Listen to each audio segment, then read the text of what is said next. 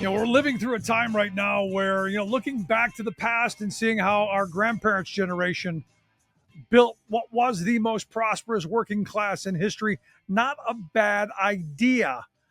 Which is why I've asked Shaun Richman to come share some thoughts with us. He's the author of Tell the Bosses We're Coming, a new action plan for workers in the 21st century. You know that book. Well, he's got a new one out. We always had a union, the story of the New York Hotel Workers Union of a past era. Shaun, thanks for taking time for us. Thanks for having me. So, look, loved the first book. Thought it was an important book. Everyone should read it. This one, kind of historic. What made you go this route?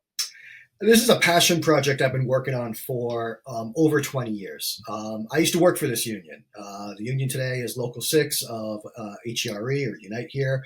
The New York Hotel Trades Council is the larger umbrella. And there was a legend that we told ourselves about a former president of ours who got arrested at the union office and deported for being a communist. And that just seemed crazy. Particularly, we were campaigning for Republican George Pataki's reelection as governor. So the idea that we had these communist roots was nuts. But I started researching it in grad school at UMass, and I figured out that there was really something here. And then it just needed the FOIA request to the FBI to take the decades that they would take to follow through. But basically, the story is this is a union that has its roots in an IWW-style independent union that went on a series of strikes in the years 1912 and 1913, and continued to have an independent existence. There's a few different unions, but a clear lineal succession. They were day one joiners of the Communist Party. They were possibly, as the Amalgamated Food Workers, they were possibly the largest outpost of communist influence in the labor movement, certainly outside of the garment industry. And a lot of the fights that happened within both the Communist Party and the labor movement over strategy, over boring from within the AFL or going independent, over Stalin versus Trotsky, were all fought out within this union as well. And the union winds up essentially negotiating its way into an AFL craft union, the Hotel and Restaurant Employees Union, where that union was dealing with basically mobsters in New York, and the only way they could get rid of them was the communists had the members, the communists had the organizers. They could out organize them, and they did. And as a result of multiple citywide strikes that these unions ran. 1918, 1934 was a particularly ugly one with three different unions duking it out for supremacy. The hotel industry, with a lot of arm twisting from Mayor LaGuardia and others in the power establishment, agreed to a neutrality card check agreement, which is how the hotel industry got organized. And so my book covers that era from 1912 till 1953, when Michael J. Obermeyer is deported. And its relevance is, sadly, check the newspaper. No, yeah, I didn't intend for it to be this timely, but it is. And it tells a story of a union that experimented with strategy, with tactics, that did not doggedly pursue the same old, because that's the way it's always been done, that operated in an era of lawlessness and behaved accordingly, with stink bombs, with acts of sabotage, with tremendously violent picket lines sometimes. And then when the bosses were ready for peace, they worked out a system of industry-wide bargaining and industry-wide dispute resolution that brought peace to the hotel industry in New York. There was only one more citywide strike. That was 1985, and there hasn't been one since then. It's a very stable form of collective bargaining, but it can only be produced through the chaos of a bunch of anarchists and communists going at the bosses for several decades. Yeah, the first thing I wrote down is you've lost everyone at communists, because we've been trained like Pavlovian dogs to, anytime you hear that word, to run screaming. And the reality is the communists were by far the best organizers. And, to the point that you were making about the chaos, my grandparents, told me of those fights that they were engaged in. as they were fighting for dignity and respect on the job. And you're right, the country at the time, especially during the time that you were talking about, was a violent, dangerous time. So communists get both romanticized and vilified in a lot of labor history, and I wanted to do neither. So I try really hard in the narrative to just take them on their own terms. I just pursued the story like a journalist would. What happened? And so there are decisions that are made and courses that are taken that are bold and innovative and brilliant. And then there's some real dumbass moves. There's some really divisive stuff. One example is this union, the Amalgamated Food Workers, was in the early 1920s, was working with a bunch of other independent unions, many of them with the word amalgamated in them, trying to form a new federation of independent unions. And they had about 60,000 members. They had shoe workers, they had auto workers, they had a lot going on there. I think that they would have become bigger than the IWW, a sort of a pre and proto CIO, if it wasn't for the Communist Party coming in and saying, Vladimir Lenin and William Z. Foster both think that we should be inside the AFL contesting for power there and not running independent unions. There was a major battle over that, major ideological battle, where ultimately the independent unionists were convinced to shut down this labor unity council they had created, but the Amalgamated Food Workers won for themselves an exception to Comintern policy, where basically said, look, we're the real hotel workers union in New York. The hotel and restaurant employees union is a bartenders union. During Prohibition, they got nothing. We've got 10,000 members. We're the legitimate union. And they said, fine, you are, but don't antagonize them. Fast forward 6 years later, and the Comintern totally switches gears and says, get out of the AFL. We want to have total war with liberals and with social democrats. It's the third period, and made this union tear itself apart all over again.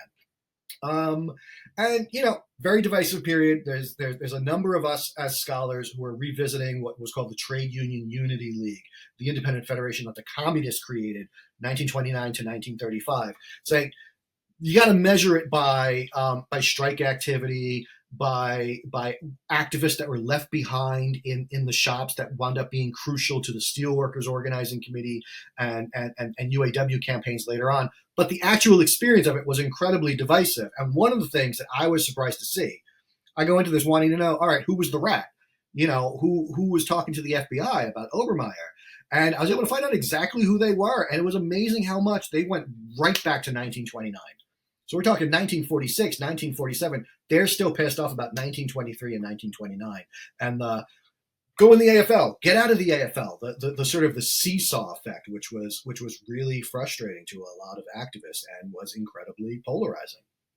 And a lot of this stuff, could be modern day tales, as you just saw the SEIU going back into the AFL, where they had gone away. This stuff doesn't just stay static, does it? We're living the history that in 50 years somebody's going to look back at this moment and critique how badly or well the movement has responded to Trump. And I mean, I think one of the things that this moment actually kind of calls for, I'll give a shout out to Eric Blanc and his book looking at sort of startup unions, his book, We Are the Union. A lot of historians take a dim view of independent union efforts, mainly because you got to go where the resources are, you got to go where the workers are. But if the mainstream unions are just not organizing, if they're refusing to spend their money and help workers organize, well, then you need something else. And so the Emergency Workers Organizing Committee, DSA, the UE, we're sort of, I guess, the main activists right now in this space of the IWW, even in this space of organizing independently where AFL-CIO unions won't for whatever reason. That turns out to be really important right now. I think one of the main lessons of We Always Had a Union, though, is don't get religion about it. It's what's practical right now. And right now, if you're at Trader Joe's, well, the independent Trader Joe's union is what's practical. If the UFCW were to start pouring millions of dollars into organizing, Walmart again, well, that would make sense as an activist. No, because I had a conversation a while ago on another radio program that I had done, and I said, look, there was a time where virtually every trade had a union, waitresses and bartenders, and you go down the list, insurance agents, they all did, and they all had independent unions, and a lot of times they started their own unions because someone had asked, how do I start my own union? I said, get your coworkers together and figure out what it is that you want. That's the first step. And I was chastised for it by going, no, you just call the this union or that union. I'm going, yeah, but if you wanted to start something in your workplace, that's the first step.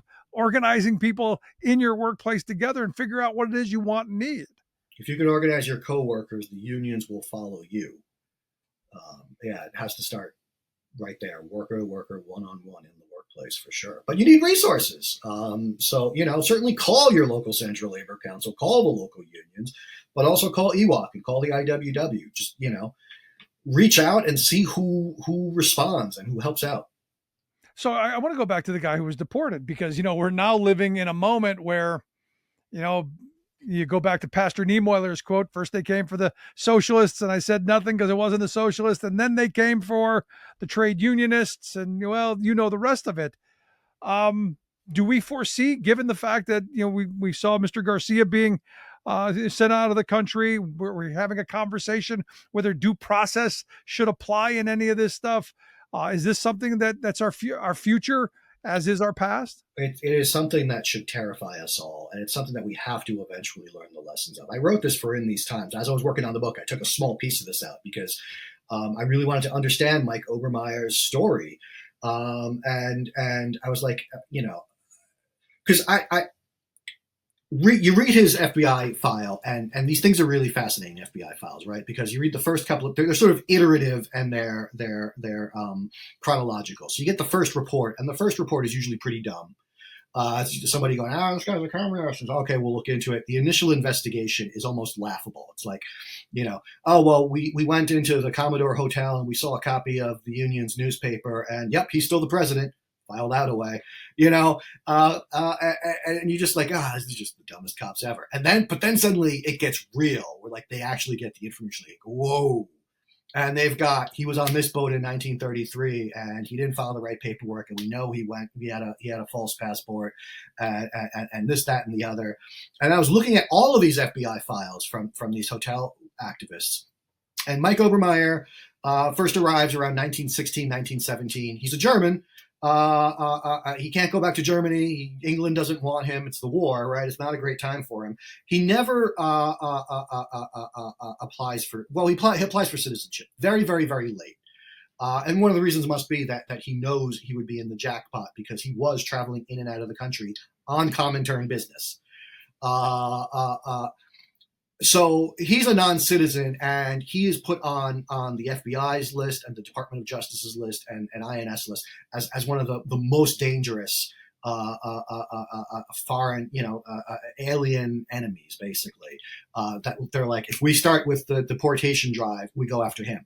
Jay Rubin, who was the president of the Hotel Trades Council, Mike Obermeyer's partner, and a labor statesman by this point, naturalized citizen.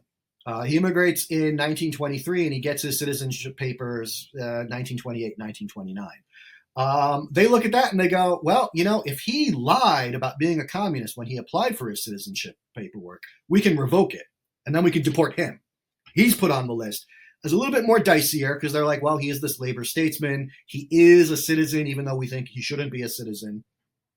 And then this woman, Gertrude Lane, who was the union's organizing director, who, in the FBI file, they think that she's on the national committee of the Communist Party. She isn't, but they think she is, which you would think would make her a very dangerous person in their eyes. But born in America, born and raised in New York City, Hunter College graduate, they just leave it to the New York office to keep tabs on her. That there was this sort of hierarchy of the importance of citizenship that the federal government was looking at. And that still exists. And one of the, I wrote in These Times piece several years ago when Trump was still president the first time. I said, the minute we get this guy out of office, we have to treat the next president like they're Trump and take away all of these powers that no one person should have, because Right. citizenship doesn't mean anything if you can pull it away. We can't have tiers of citizenship.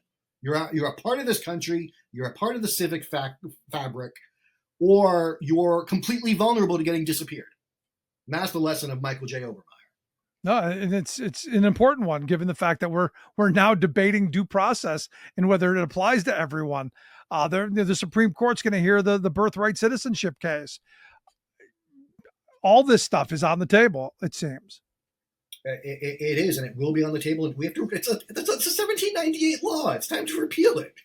It was a bad law at the time. It's one of these things where we go entire decades where presidents pretend it doesn't exist, but it's always there in case they want to go after their enemies. That's a crazy way to run a government. That is a crazy. Last question I've got for you. What are you hoping? I mean, you've done an incredible job of research, an extensive job. What are you hoping people take from this?